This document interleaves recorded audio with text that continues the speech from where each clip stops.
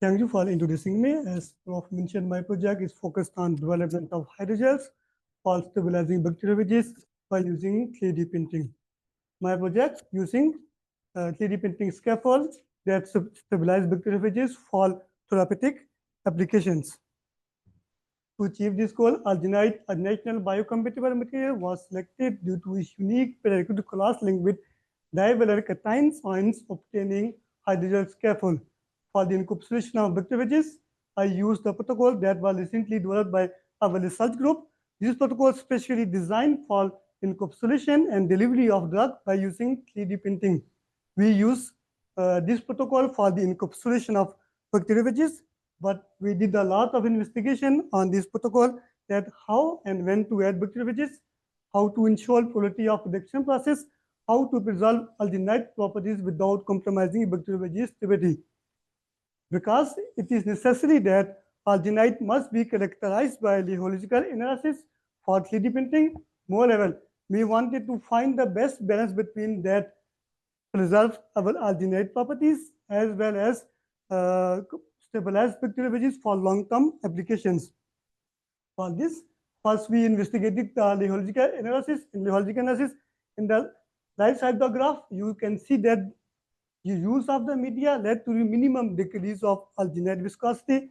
That could be probably due to presence of ions that affect the polymer chain relaxations.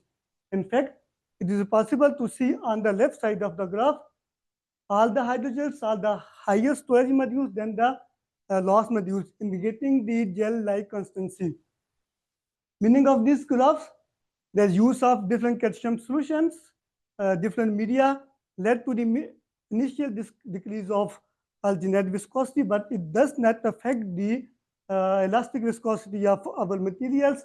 Means this does not affect the 3D printability of our alginate materials. In details, all the materials show the recoverability more than 75%. That is enough for our 3D printing analysis. Also, this hypothesis is also confirmed by differential rate, in which materials fall exposed to differential rate to check their recoverability after 3D printing.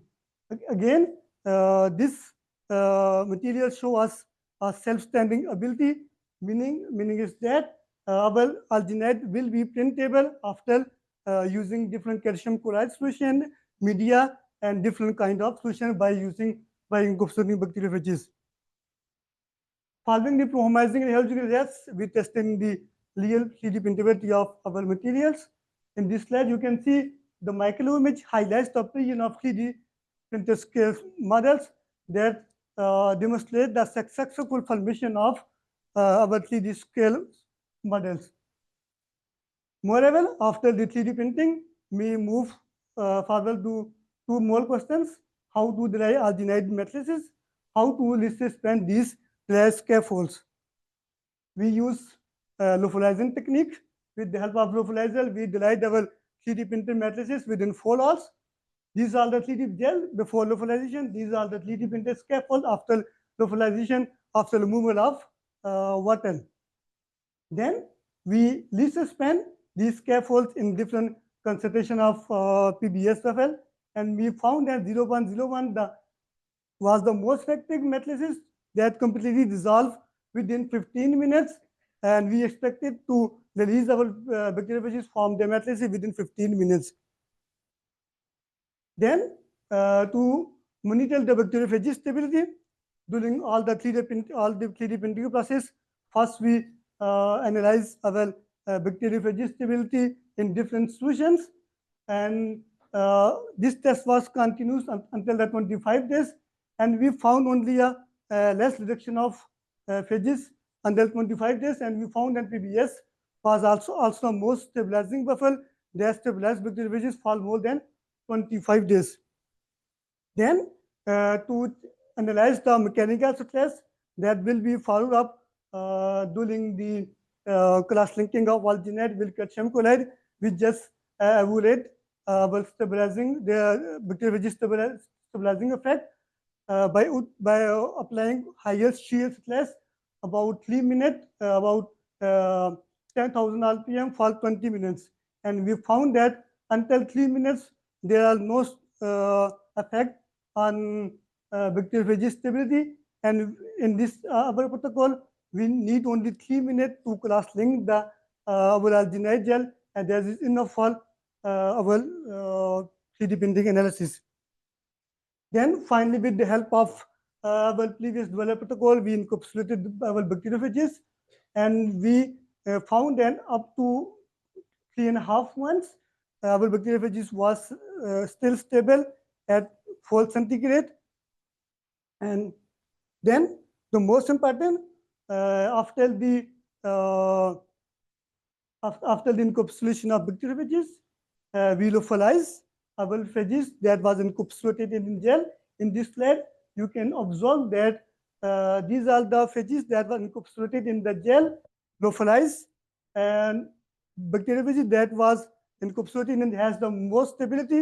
Then the bacteriophages that was diluted in physiological solution, clay halols, and these are the phages, pure stock that was lyophilized together, and we found that phages that were encapsulated in gel has more stabilizing effect.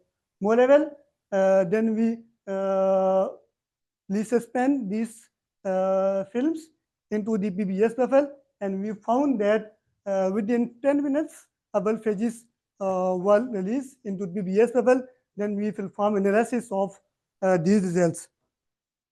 From this project, we optimized the encapsulation protocol. We preserve our alginate properties that is important for our 3D printability. Then we enhance stability of our bacteriophages. Lyophilization studies was performed that show us the good recovery of phages. Then we aim to develop establish customized delivery platform with potential application in food safety, healthcare, and environmental biocontrol. And our next aim is to perform 3D printing using the previous developed protocol to ensure easy availability of bacteriophages. I gratefully acknowledge to Research Center for Headquarters and Technology, Belgium, and the group of Pharmaceutical Technology, University of Salerno for their annual support and resources providing during research. Thank you for your attention. If you have any questions,